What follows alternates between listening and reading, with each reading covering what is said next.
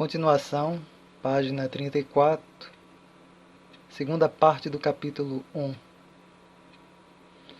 Dentro do prédio que abriga o Departamento de Ciências Cerebrais e Cognitivas do Massachusetts Institute of Technology, há laboratórios que contêm o que para um observador leigo pareciam salas de cirurgia de uma casa de bonecas.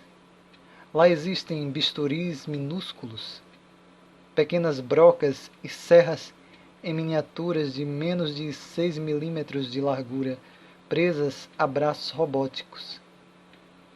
Mesmo as mesas de operação são muito pequenas, como se preparadas para cirurgiões do tamanho de crianças.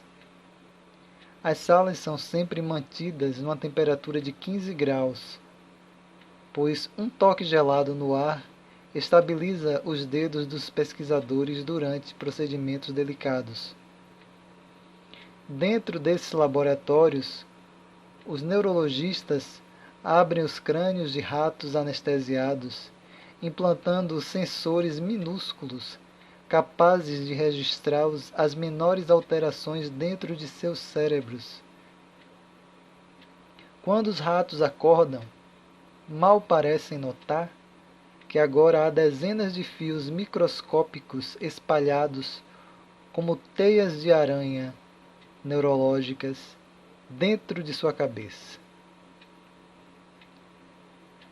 Esses laboratórios tornaram-se o epicentro de uma revolução silenciosa na ciência da formação de hábitos, e os experimentos realizados aqui explicam como Eugene, assim como você e eu e todo mundo, desenvolveu os comportamentos necessários para sobreviver a cada dia. Os ratos desses laboratórios esclareceram os processos complexos que acontecem dentro de nossas cabeças, sempre que fazemos algo tão mundano como escovar os dentes ou tirar o carro da garagem em marcha ré. E para Squire, esses laboratórios ajudaram a explicar como Eugene conseguiu aprender novos hábitos. Quando os pesquisadores do MIT começaram a trabalhar com hábitos nos anos de 1990, mais ou menos a mesma época em que Eugene foi acometido de sua febre, eles ficaram curiosos sobre um nó de tecido neurológico conhecido como gânglios basais. Se imaginarmos o cérebro humano como uma cebola composto de camadas sobrepostas de células, então as camadas de fora, as mais próximas do couro cabeludo, são geralmente os acréscimos mais recentes de um ponto de vista evolutivo. Quando você cria uma nova invenção ou ri da piada de um amigo, são as partes mais externas do seu cérebro que estão em ação. É lá que acontecem os pensamentos mais complexos.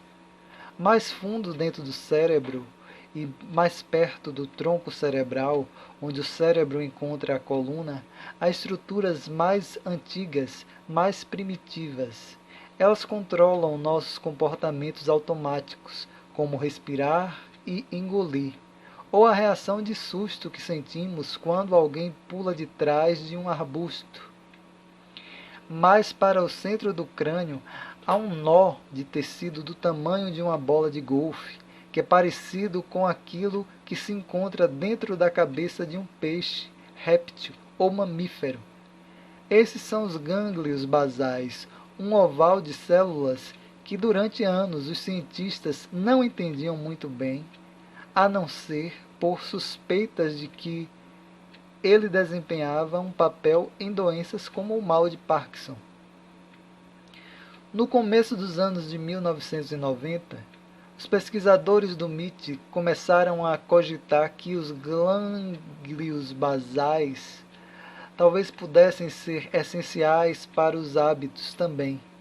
Notaram que animais com lesões nos gânglios basais de repente começavam a ter problemas como tarefas como aprender a atravessar labirintos ou memorizar como abrir recipientes de comida.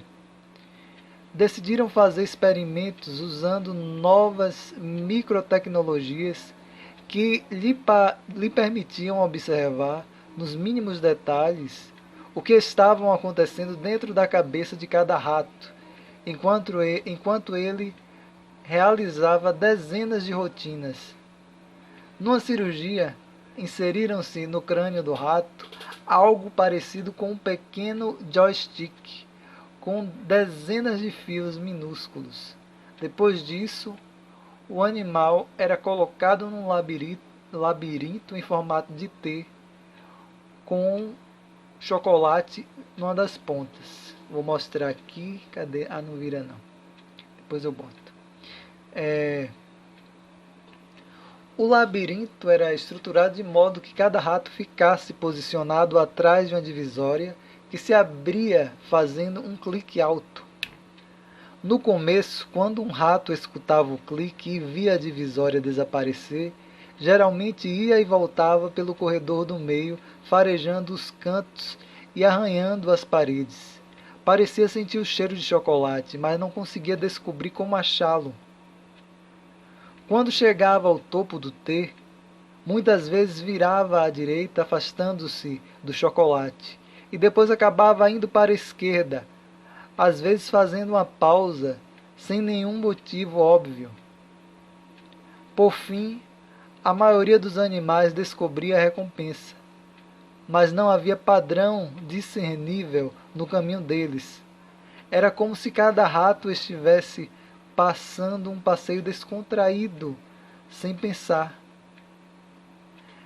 As sondas nas cabeças dos ratos, no entanto, contavam uma história diferente. Enquanto cada um deles percorria o labirinto, seu cérebro, e em particular seus glânglios basais, trabalhava intensamente.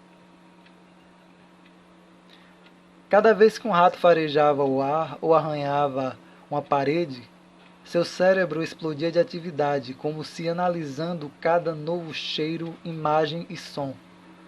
O rato estava processando informações durante todo o tempo em que perambulava. Os cientistas repetiam o experimento diversas vezes, observando como a atividade cerebral de cada rato se alterava conforme percorria centenas de vezes a mesma rota. Uma série de mudanças lentamente surgiu.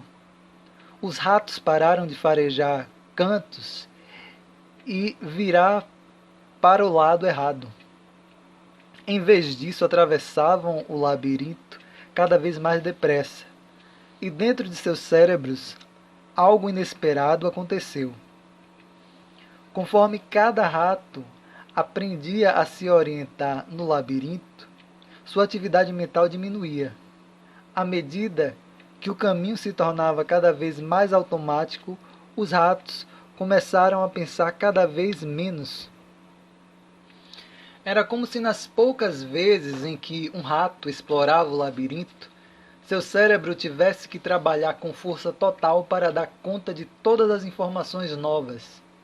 Mas após alguns dias percorrendo o mesmo caminho, o rato não precisava mais arranhar as paredes nem farejar o ar, e por isso a atividade cerebral associada aos atos de arranhar e farejar ia cessando.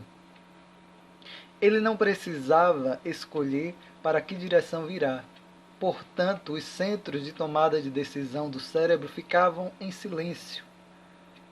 Só o que ele tinha que fazer era lembrar o caminho mais rápido até o chocolate. Dentro de uma semana, até as estruturas cerebrais relacionadas à memória tinham se aquietado.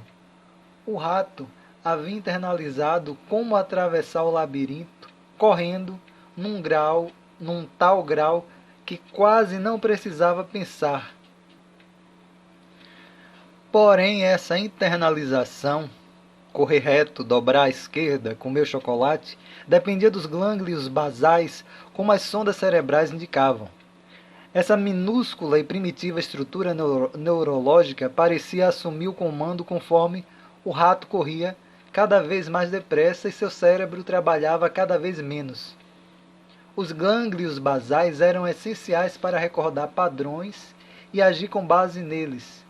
Os gânglios basais, em outras palavras, armazenavam hábitos mesmo enquanto o resto do cérebro adormecia. Para observar essa capacidade cerebral, considere esse gráfico que mostra a atividade dentro do crânio de um rato quando ele se depara com um labirinto pela primeira vez. Inicialmente, o cérebro está trabalhando duro o tempo todo. Continua na página 39 com o gráfico.